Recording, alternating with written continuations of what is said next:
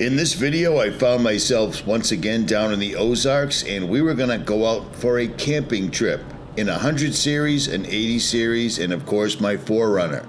A simple camping trip to highlight the advantages of having a CAMPTEQ installation done in your SUV. That's all it was. Simple camping, no big deal. We'll take a road we've taken dozens of times before. What could possibly go wrong? Well, I'll show you. Myself, Jeff, and Jason are heading out into the backcountry for the evening. I'm trying to keep an eye on you, but I'm trying to watch where he's going. I'm trying to keep an eye on what he's doing so I don't fall into it.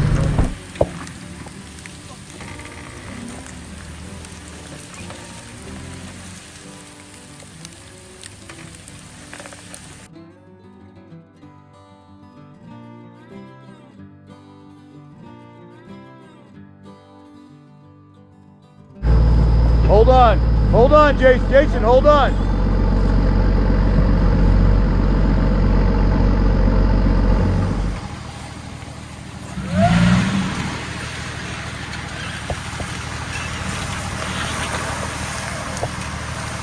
Driver, easy, good.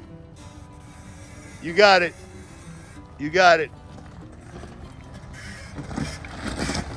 So you see, we had quite the adventure. So this video is going to be kind of a two-part piece here, we'll call it. First, I'm going to show you the ultimate 80 series. We're talking about an 80 series right-hand drive turbo diesel from Japan on 37-inch tires, completely hooked up by Ozark Overland Outfitters. And then Jason just lost his entire mind and dropped the truck off for 3 months to Eric from CAMPTEQ and turned it into, I have to say it, the absolute ultimate off-road overland 80 series on earth, because this thing is exquisite. And ironically, after I filmed this entire thing, we almost rolled it over. No joke, no exaggeration. I was there, and I've got the evidence. So here we go. First part's going to be the CAMPTEQ. The second part's going to be our off-roading adventure that almost destroyed this truck. For those that want to see the build-out that Ozark Overland Outfitters did on this HDJ 81 series from Japan, the video is up on my channel, links will be below. But in this video, we're going to focus on what CAMPTEQ did to this truck after Ozark Overland Outfitters was done with it. And the build-out is just unbelievable. Now, I had my doubts about CAMPTEQ because I always thought to myself, once you build out the back of an 80 series, someone my size, 230 pounds, isn't going to be able to fit in there. Wrong. Yes, I was wrong. Very, very wrong. Because all you do is you simply step on the 60-liter alu box storage container that goes with this build-out. You slide right in on the nice glossy bamboo, and there is plenty of room. You don't have to crouch down. You can access the shelf in the front of the CAMPTEQ, or you can pull down the main mattress. And two guys can sit in there, or a couple can sit in there, no problem at all. So it turns out I was indeed completely wrong. I was completely wrong. Two grown men can sit in the back of this truck and play Texas Hold'em, no problem. It's unbelievable how well and how thought out this entire setup was. So here we go. Prior to and during the editing of this video, I tried to get a hold of Eric, and he responded several times, but then I completely lost him. From what I can gather, to get what Jason had done to his truck done to your truck, including all the vehicles that you see listed above, including the 4Runner, you're looking at about $40,000 to $50,000. That's with the rooftop tent, the top of your truck being cut off, and the entire assembly being installed. It could vary a little bit, but that's what you're looking at. And from what I saw, it was well worth the cost of admission, in my opinion. Okay, this just in. Eric from CAMPTEQ did just get back to me, and here's what he had to say. The full build with a pop top, cabinets, kitchen, 17-gallon stainless water tank weighs less than 250 pounds over stock curb weight after removal of the seats, sunroof, sheet metal, and the hardware. And it's $16,000 for a pop top. Cut your roof off, put the pop top on, powder coated, welded, and L-track with custom mattress and installation. For a full build, like what Jason has, it's $36,000 to $40,000, including the pop top, depending on custom design, etc. Now that's pretty much what I had told you, but he puts a nail on it. So there it is. That's what it costs. But I got to tell you, and you'll see for yourself, this is well worth it. So you've got a rooftop tent on your truck that two people can sleep in. You can get in and out from the back of the truck. You can get in and out from the side of the truck like my Alucab, except the entire thing weighs. We're talking the entire thing plus the entire build out in the back weighs the same as my Alucab sitting on a front runner Slimline 2. That's insane. And the center of gravity is much, much lower. Now, my Alucab and Slimline from front runner is going to cost you around $4,500. This costs slightly more, but it is what it is. There's a lot of work to it, and in my opinion, it's well worth it. We're seeing people put portal axles on their vehicles that cost the same. So it's all about what you want, in my opinion. And what you get for that is a CAMPTEQ 2-person live-aboard interior with slide-out kitchen, 17-gallon stainless water tank with baffles like I had mentioned earlier, a 50-liter National Luna dual-zone fridge freezer, which is what I have, and it's been in my truck and literally running for 621 days straight. No issues whatsoever at all. You get a 60-liter Alubox storage container, which is phenomenal. It fits right into the build, and you can use it as a step to get on top of it. And it also comes with a wrap-on 12-volt toilet. You don't know what that is? It's a trip. It is a trip. Check this out. This toilet is fixed in place in the back of the truck.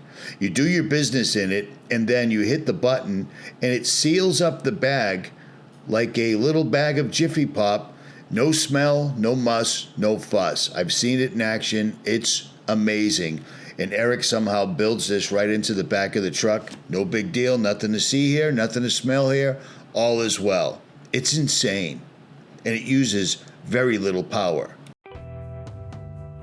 Now I'm going to show this entire thing in action because we actually took this out camping where we almost rolled the 80 series.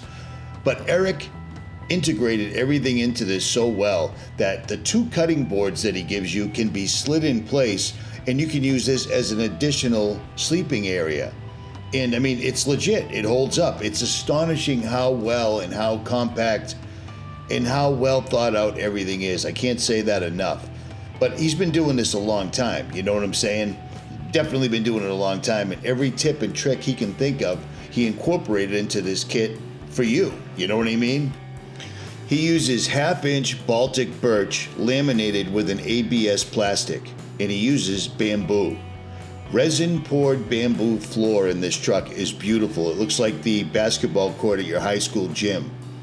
It's a beautiful, beautiful setup. The storage in this thing and the hardware on the storage is phenomenal. You can literally fit a 200 amp hour lithium battery and a 2500 watt inverter in there. All your spare parts, everything has a place and nothing rattles around, and it's all incredibly secure, and the durability of the finish is astonishing. And right here is the toilet. See the little 4-latch square to the left? That's the toilet. It's insane. And it works. You can literally use everything and it works. You're not hunched over, you're not crouching down.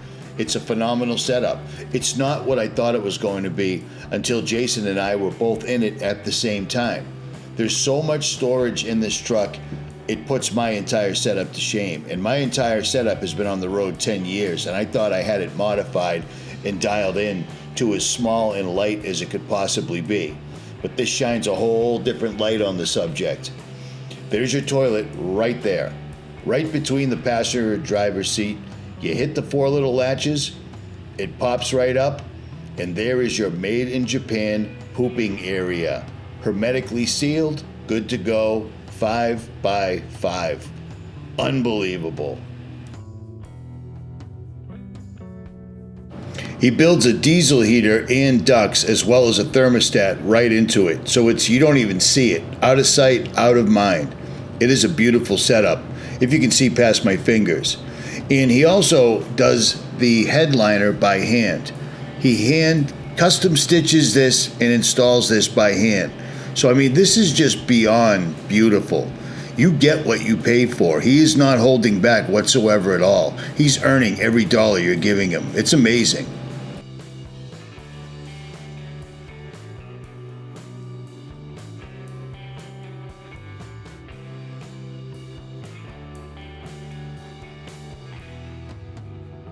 So I'm trying not to forget anything, but there's so much to see in here, and just the layout, the way he cut in venting into the woodwork so the refrigerator can actually get air, the way he incorporated all the pumping, the wiring, the hoses for the 17-gallon stainless steel water pump.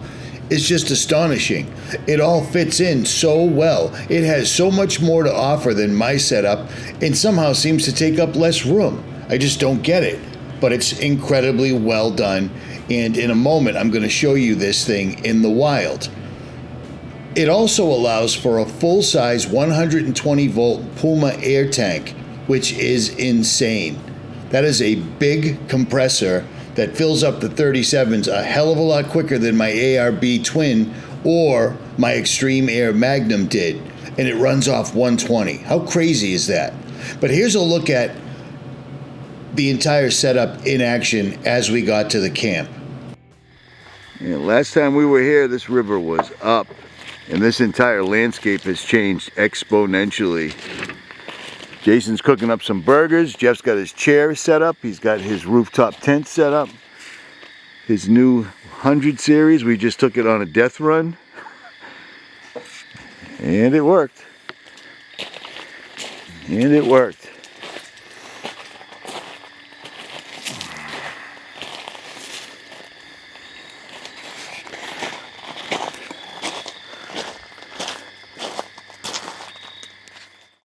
So because I'm focusing on the CAMPTEQ build out of Jason's HDJ 81 series Land Cruiser, I'm going to show you what it looked like when we got to the camp before I show you how we got to the camp, because I want to focus on this build up, because I am in no way tied to CAMPTEQ. This is not a sponsored video. This is just an observation by somebody that's seen every type of build out there possibly is. Goose gear, Trek box, every type of high-end build-out I've seen in real life. And CAMPTEQ, this build-out completely blows it away in ingenuity, workmanship, and materials. It just is leaps and bounds beyond. So let me show you what it looks like when, as soon as we pulled up, Jason just deployed it and started cooking within minutes. We simply pulled up. He deployed the rear end. In less than a minute, he had hamburger out, and he was forming patties. The water was already hooked up, the drain hose is already set up, and the propane is already hooked up to the Cook Partner stove that CAMPTEQ modifies to fit into this system perfectly, flawlessly, I'd have to say.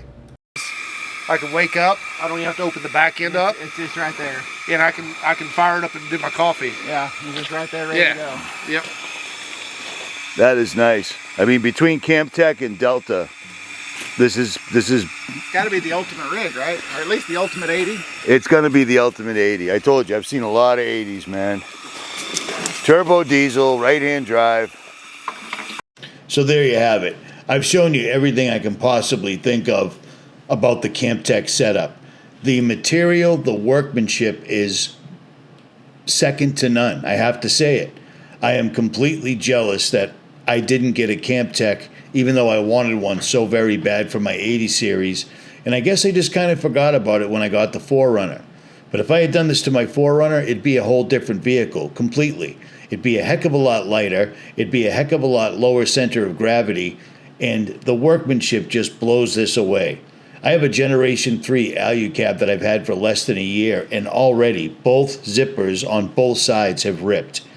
It took me 4 years to rip the zippers on my old Alucab, but the new one, not so much.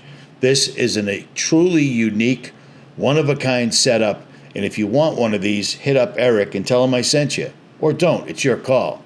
But let's take a look at the road it took us to get to this lovely camping spot. Because this was the end of the day. Jason had finished up the workday. The shop was closed down. About 6 o'clock, we headed to the grocery store, and then we headed up the trail. A trail that we've both taken dozens and dozens of times, and Jason's probably taken it 100 times, and because of the weather, the trails had changed, and not for the better. This was scary.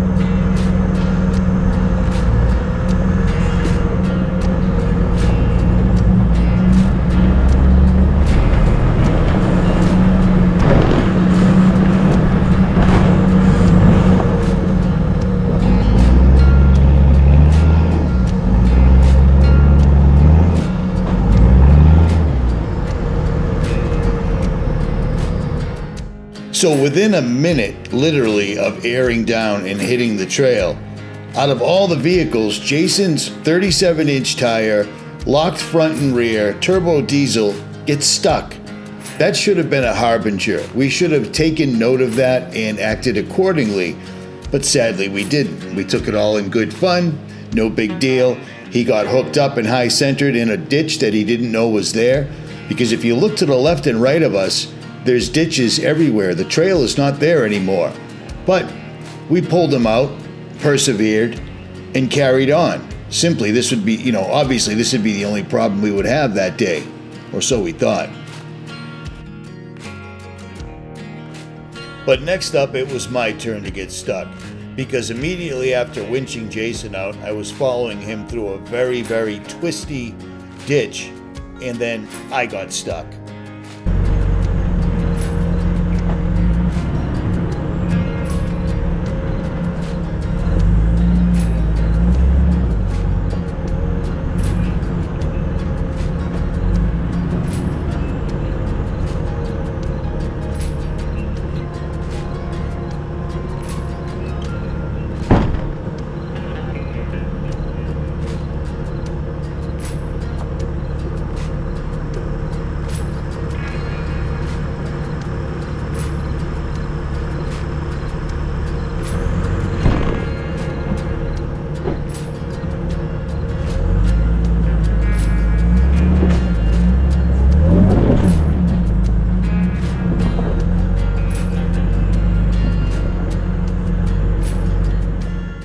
But with a little back and forth motion, I was able to get myself unstuck. But this was starting to lay a path for the day. As soon as we hit the trail, both of the trucks on 37s are getting stuck and winched. Meanwhile, the 100 series on 33s is doing just fine. It's astonishing. And then once again, it was my turn. I'm following Jason. Jeff is behind us in the 100 series. And I go up the trail just like Jason did, but apparently my rear end slipped into a rut and I had three-wheel motion because I was alternating between my front tire coming way off the ground, which you can kind of see in the footage, and my rear tire coming off the ground whenever I tried to back up. I was in a tough spot. Now this was getting completely crazy because every single time we took a turn or went over a hill, something else horrible would happen. But if you look to the passenger side of my truck, look at the size of the ditch. Well, look at the size of the ditches on both sides, and we don't have very much road. This wasn't the case. This was never the trail. The trail was fun, but it was never, this was just straight up dangerous. This was dangerous, and it was every 200 yards, myself or Jason was getting stuck one way or the other. I don't know if Jeff is just the best driver in the world or if that 100 series is just the most capable vehicle ever produced, or if he was watching what we were doing and then not doing it. Because Jason was way ahead of me, so I would follow him the best I could, but every once in a while I would slip into a ditch. And Jason drove my truck. He's driving my truck right now. I'm filming because I was just too shook. Every time I tried to get out, it was getting worse and worse and worse. And time was ticking, and it started raining, of course. But Jason said the same thing. He said when he got in my truck, he couldn't believe how wide my 4Runner was compared to his HDJ 81. And he couldn't believe how hard it was to see over the hood. So that's one thing that I remedied. But this day was just getting crazier. But then it got really bad.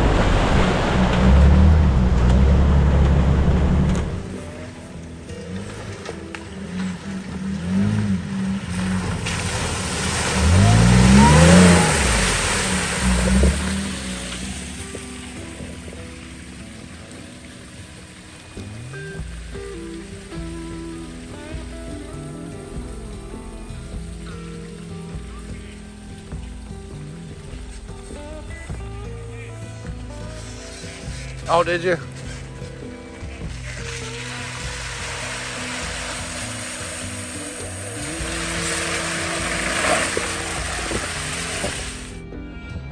Just when it looks like we're out of the woods, we're making it to the last heavy-duty stretch. There's 2 more up and downs we have to negotiate. I'm rolling behind Jason, and I'm noticing something strange. It looks like he's getting into a bit of trouble, but I'm like, certainly he knows what he's doing. He's done this trail hundreds of times because I've done this trail dozens of times. And then this happens.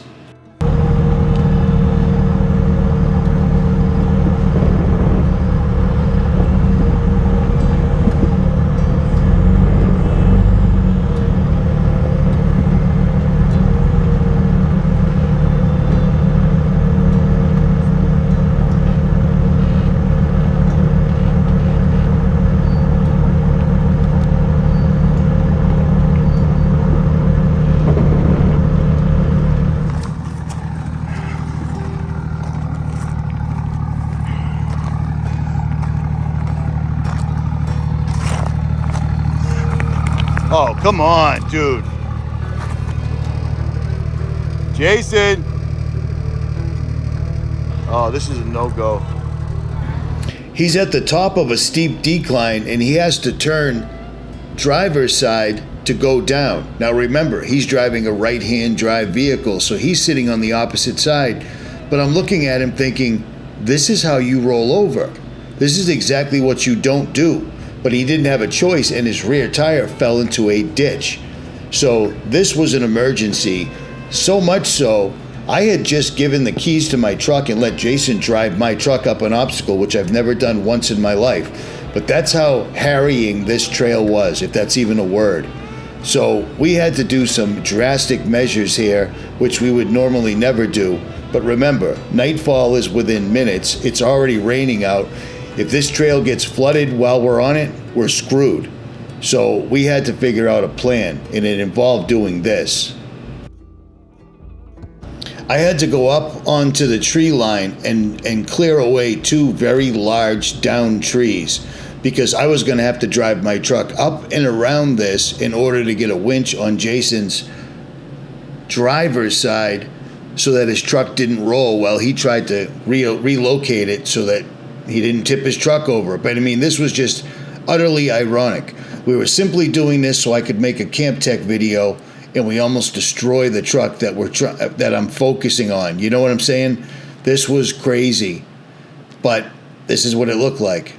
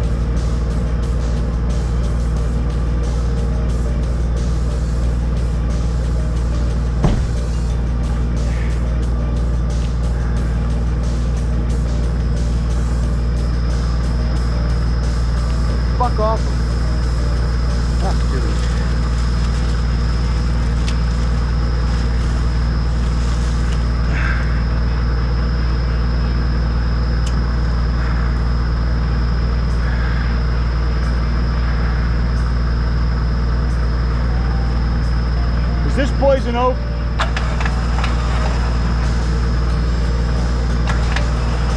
I got scrub in the truck. All right, where do you want me to hook? That side? Yeah, you do it.